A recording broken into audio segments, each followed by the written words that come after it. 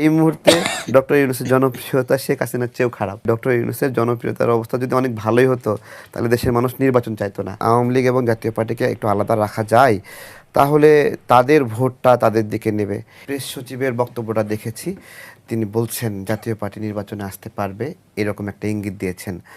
তো এর পাশাপাশি আওয়ামী লীগের নামটাও বললে আমি খুশি হতাম। আমি নাহিদের একটা বক্তব্য শুনছিলাম বা দেখছিলাম, নিউজ হয়েছে বার্তা বাজারে। সেখানে লিখেছে যে এই গণ অভ্যুত্থান কোনো নির্দিষ্ট দলের বিরুদ্ধে হয়নি এবং কোনো নির্দিষ্ট ব্যক্তির বিরুদ্ধে হয়নি, এটা হয়েছে ফ্যাসিস্ট সংস্কৃতির বিরুদ্ধে। আমি তার এই বোধোদয়ের বিষয়ে তাকে সম্মান জানাই যে এই রকমই আস্তে আস্তে সবার চিন্তা হওয়া উচিত, যে আমরা একটা ফ্যাসিজম ব্যবস্থাপনার বিরুদ্ধে লড়াই করেছি, যে ওই ব্যবস্থাপনা আর ফেরত চাই না। এবং এই ফ্যাসিজম ব্যবস্থাপনা নির্দিষ্ট কোনো দলের ক্যারেক্টার না, যে কোনো ব্যক্তি অতিরিক্ত ক্ষমতা পেলে এই ফ্যাসিজম ক্যারেক্টারে ফিরে আসতে পারে, যে কোনো দলে আসতে পারে। সেইখানে প্রেস সচিবের যে বক্তব্য জাতীয় পার্টি নির্বাচন করতে পারবে, এইটা অনেকের জন্য অস্বস্তির কারণ হবে, বিশেষত যারা জাতীয় পার্টি বা আওয়ামী লীগ নির্বাচনে না আসলে লাভবান হয় নির্বাচনে, তাদের জন্য এটা অখুশির খবর। এবং তারা একটা প্ল্যানই করেছে এইভাবে, যে কোনোভাবে যদি আওয়ামী লীগ এবং জাতীয় পার্টিকে একটু আলাদা রাখা যায় তাহলে তাদের ভোটটা তাদের দিকে নেবে।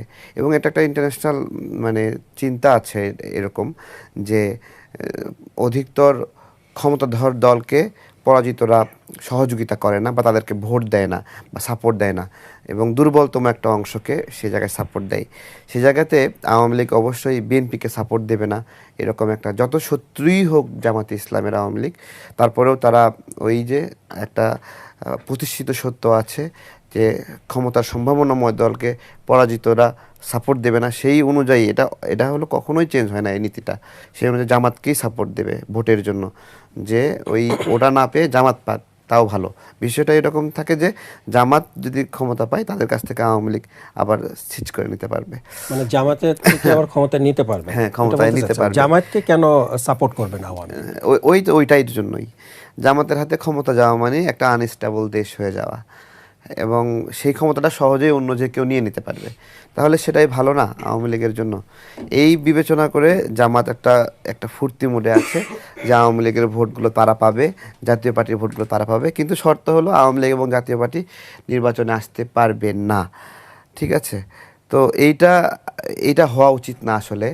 বেসিক্যালি আমরা তো রাজনীতি করি, আমাদের দলের স্বার্থ আছে, আমরা চাইবো আমাদের ভালো, এনসিপি চাইবে এনসিপির ভালো, জামাত চাইবে জামাতের ভালো, বিএনপি বিএনপির ভালো চাইবে। এই ভালো চাওয়া চাইটা আসলে দেশের চাওয়া না, জনগণের চাওয়া না। কিন্তু সুন্দর করে বলে জনগণ চাচ্ছে আওয়ামী লীগ ভোটে না আসুক, জনগণ চাচ্ছে জাতীয় পার্টি ভোটে না আসুক।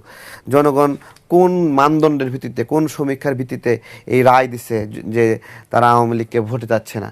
তাহলে এই জনগণের মধ্যে তো আওয়ামী লীগেরও একটা অংশ আছে। আপনি কি সেই অংশ বাদ দিয়ে জনগণের মানদণ্ড নির্ধারণ করছেন? সেই জনগণকে আপনি ভোটের মাঠে যাচ্ছেন, তারা ভোট দেবে আপনাকে, কিন্তু তারা যেটাতে ভোট দিতে চায় সেই মার্কাটা আপনি রাখতে চান না। এটাই একটা বিষয় হলো যে সুবিধার জন্য সবাই গণতন্ত্রের কথা বলছে, কিন্তু যখন নিজের স্বার্থটা আসছে তখন সেই গণতন্ত্রের বুলিটাই তারা পাল্টায় ফেলে একটা ভিন্ন রূপে আসছে। অর্থাৎ যে ফ্যাসিজমের বিরুদ্ধে লড়াই করছে তারা নিজেরাই আবার ফ্যাসিজম মানে ইস্টাবলিশ করার চেষ্টা করছে। যেমন শেখ হাসিনা যে তত্ত্বাবধায়ক সরকারের মাধ্যমে ক্ষমতায় আসলো, এটাকে যদি একটা সেতু বলি বা ব্রিজ বলি, তাহলে শেখ হাসিনা এই ব্রিজটাই আগে ক্ষমতায় আসার পরে ভেঙে দিল। তত্ত্বাবধায়ক সরকার আর চাই না আমরা, এইভাবে ভেঙে দিল আদালতের মাধ্যমে, এবং আর কে তত্ত্বাবধায়ক সরকারের সুবিধা পাইল না। ঠিক একইভাবে আবার শেখ হাসিনাকে ক্ষমতা থেকে সরিয়ে দিয়ে তাদের একটা অংশ বলতেছে যে তাদের সুবিধার জন্য, তাদের সুবিধা ছাড়া আর কোনো জনগণের স্বার্থ নাই, এখানে কোনো স্বার্থই নাই। এবং ভুয়া ভুয়া রিপোর্ট করাচ্ছে। আর না কি একটা রিপোর্ট করছে 69% জনগণ হলো উন্নতিতে মানে সরকারকে সাপোর্ট। একটা তারিখের সাথে একটু অ্যাড করি, এই আইআরআই আপনার আমেরিকার তো ইউএস বেস তো, ওয়াশিংটন, হ্যাঁ হ্যাঁ, ওর 2023 সালে এরকম ছিল। হ্যাঁ, তখন এদের কাজই শুনেন না, এই প্রতিষ্ঠানটার কাজই এরকম যে যেখানে যে ক্ষমতাসীন সরকার থাকে তাদেরকে একটা রিপোর্ট বানায় দেয় আর সেখান থেকে টাকা নেয়। ঠিক আছে, ওই তারা বলছে ডক্টর ইউনূসকে 69% সাপোর্ট দিচ্ছে। আমি বলি ডক্টর ইউনূসের জনপ্রিয়তার অবস্থা যদি অনেক ভালোই হতো তাহলে দেশের মানুষ নির্বাচন চাইতো না। ওই যে শুরুতে বলছিল 5 বছর 10 বছর বলছিল, এখন কেউ বলে, এখন কোনো পাগলও বলবে না 10 বছর ক্ষমতায় চায়। মানুষ হাফ ছেড়ে বাঁচতে যাচ্ছে।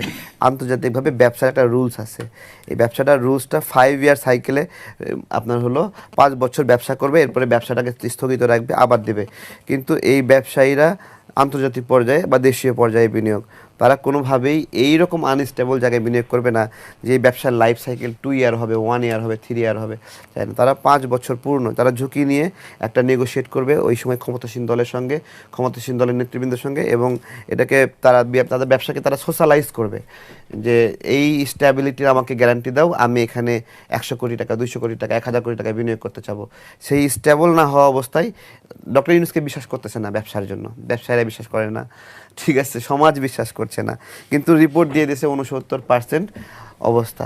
এই মুহূর্তে ডক্টর ইউনূসের জনপ্রিয়